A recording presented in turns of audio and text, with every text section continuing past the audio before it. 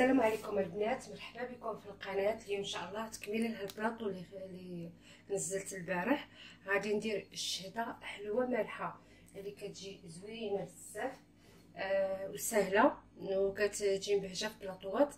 البلاطو كنت خدمت فيه ديك الحلوه الراقيه ديال كوكو، غادي تلقاو الرابط في صندوق الوصف، ومع الغريبه اللي غير معجونه، غير مقادير بسيطه وكتجي راقيه. نتمنى حتى هي تجربوها، كتجي غزاله في البلاطوات.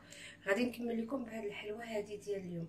بالنسبه للمقادير انا غنخدم نص ديال المقادير، ومقادير كامله غادي تلقاوها في صندوق الوصف. هنايا عندي الشوكولاط نوع جيد، السكر كلاصي ولا بودره. عندي هنايا القياس ديال الملحه اللي غادي تملح لي، يعني ماشي القرصه. عندي هنايا قياس ديال الخميره. عندي هنايا القهوه سريعه ديال الذوبان. غنحتاج بيضه وصفر بيضه. وهنايا عندي اللوز مالح، اما تشريوه من عند القلاي، ولا اللي بغى يصوبو في الدار كتاخذوا الماء وكديروا فيه الملح بالزايد وترقدوا فيه داك اللوز واحد 10 دقائق عاد كتدخلوه يطيب.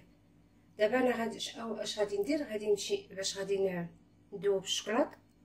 غادي نطحن اللوز حيت واحد الثلث غادي يكون مهرمش والثلث غادي نطحنو غبره. واحد الحاجه غنقولها لكم هنا بالنسبه للناس اللي بغات تخدم الشوكولاط عادي، اللي غيخدم الشوكولاط عادي تعرفوا ديال الشوكولا الشوكولاتي تيكون حلو بزاف. غتنقصوا نصف الكميه ديال الشوكولا ديال السكر وزيدوا من القهوه باش تهرسوا الحلاوه. ولكن راه الا درتوها بالشوكولاط نوع جيد راه ماشي شي كميه كثيره، يعني هاد الوصفه كامله كتحتاج 150 غرام ديال الشوكولاط وكتعطينا واحد الكميه. المهم على كل واحد وحسب المقدوره ديالو. اللي دار الشوكولاط نوع جيد يخلي القياس السكر، اللي دار الشوكولاط العادي ينقص من السكر ويزيد في القهوه. هذه هي الوصفه ديالنا ديال اليوم. غادي نطحن اللوز وغادي نرجع باش نكمل الوصفه.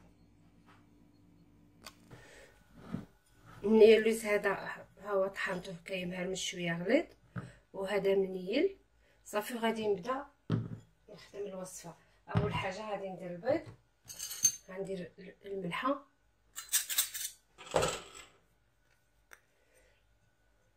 نجيب واحد الغربال نغربل به السكر كلاصي.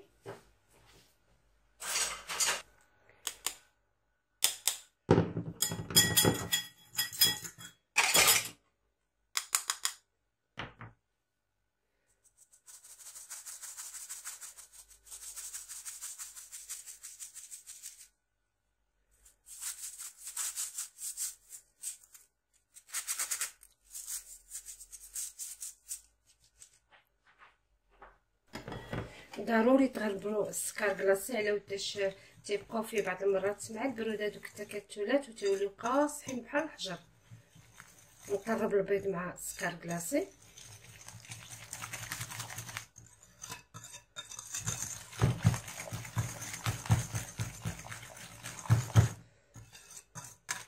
قربو مزيان تيتخلط.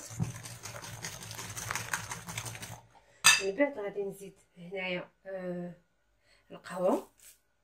انا عندي هذه الحبوب ديالها غلط، اللي ما كيبغيش يلقى القهوه فمو هذه ممكن طحنوها غير هكا بالمعلقه. انا غنخليها هكا حبيبات.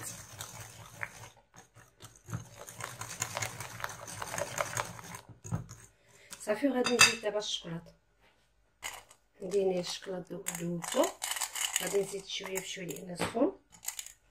نزيد واحد شويه ونحرك عاد نكمل لان سخون.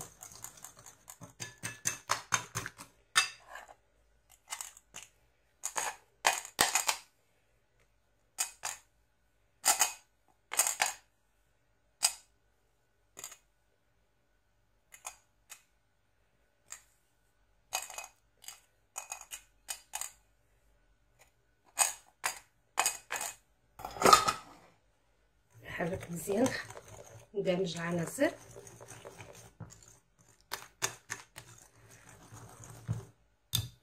صافي نجيب واحد السباتيل.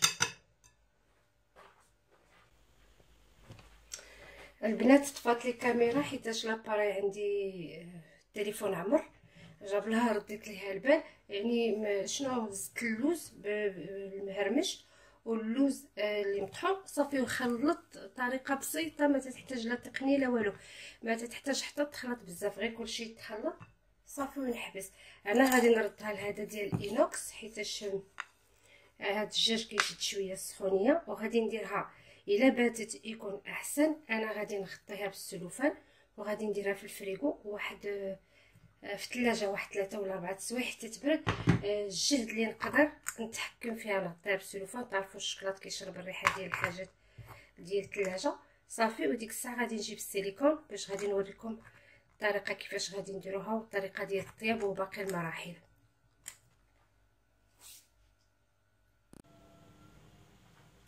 بالنسبه للبنات السيليكون اللي غنخدم به هو هذا.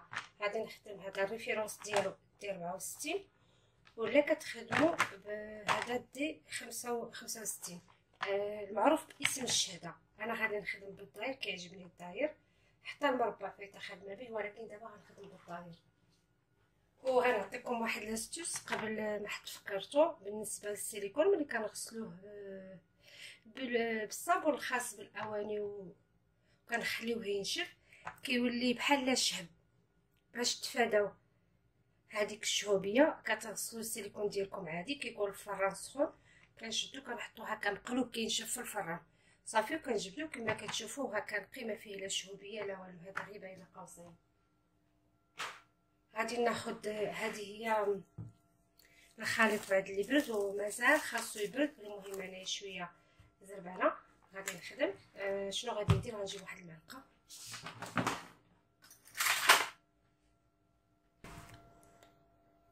كتكون بردات كتعطي الطوع كتجي ساهله، مازال خصها تبرد اكثر من هكا. ما كنعمرش السيليكون حتى الفوق لان فيها الخميره. غنخلي ليها فين شي شويه زيت تكبر صافي. غنكمل السيليكون وغادي ندخلها للفران. كتاخذ تقريبا ما كتفوتش 10 دقائق 12 دقيقه، غير تبان لينا تنفخت صافي نخرجوها. لان هنايا كلشي طايب. عندي هنايا اللوز محمر، شنو اللي بقى لي البيض يتعقم صافي. وغادي نخرجها غادي تشوفوها، ومن بعد غادي نكمل التزيين ديالها.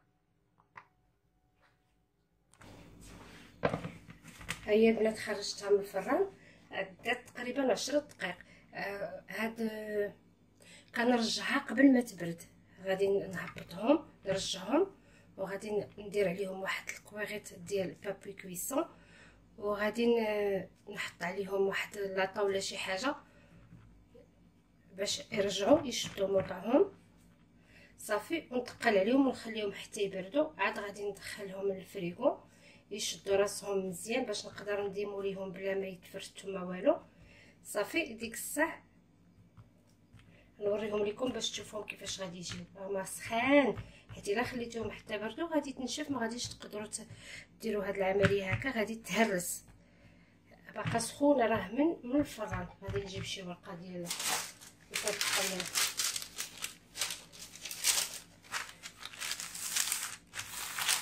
غنجيب لاطا هكا وغادي نتقل عليها بشي حاجه صافي حتى تبرد، وغادي ندخلها للفريغو. ها هي البنات بعد اللي بردات خدات تقريبا واحد نص ساعه هاد المكانه صافي. كنحيدها لا بدا تخليوها تتجمد.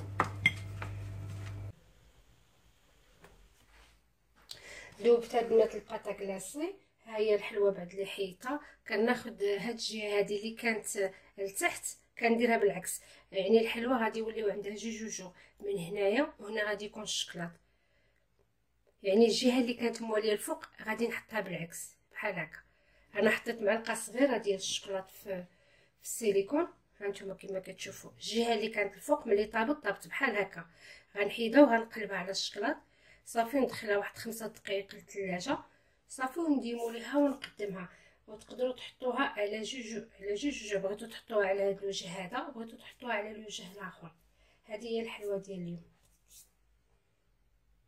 هذه هي الحلوه ديالنا البنات، هانتوما كتشوفوها في البلاطو. بالنسبه انا هنايا حطيت لكم الصوره اللي كنت خدمت في الحصه مع البنات، درتها بطريقه بسيليكون مربع، وعاود غنحط لكم التصويره ديال خلاص الداير راه شفتوه. باش انا بالنسبه للفكره ديالي والذوق ديالي جاتني بان الدايره جات راقيه على المربع، هما كلهم مذاق واحد وكل واحد والذوق ديالو. المهم انا الذوق ديالي ملي كنبغي نخدمها كنخدمها دايره. بالنسبه للبنات اللي كيسقسوني على الحلاوي واش اللي كيصبروا في المجمد، هذه من الحلوى اللي ممكن نديروها في المجمد. يعني الطيب ونجمعوها في بواطه نغطيوها مزيان وكتصبر في المجمد حتى نبغيوها نخرجوها تاخد حراره ديال لا تمبيراتور امبيونت، حراره المطبخ صافي. وكنديروا لها الشكلاط يكون نوع مزيان. انا خدمت بالباطا كلاصي. هنا هاد الحلوه اللي غنقدر نقول عليها ان في القياس ديالها العبار 500 غرام ديال اللوز، وراه كتعطي واحد الكميه كثيره. انا مازال باقي عندي واحد شويه باقي ما طابش. في الاخر غادي غتلاقاو في العنوان شحال من حبه نص كيلو ديال اللوز كيخرج. نتمنى الحلوه ديالي تعجبكم، وان شاء الله تساوني شي مصالح الدعاء وطال الوصفات الجايه ان شاء الله.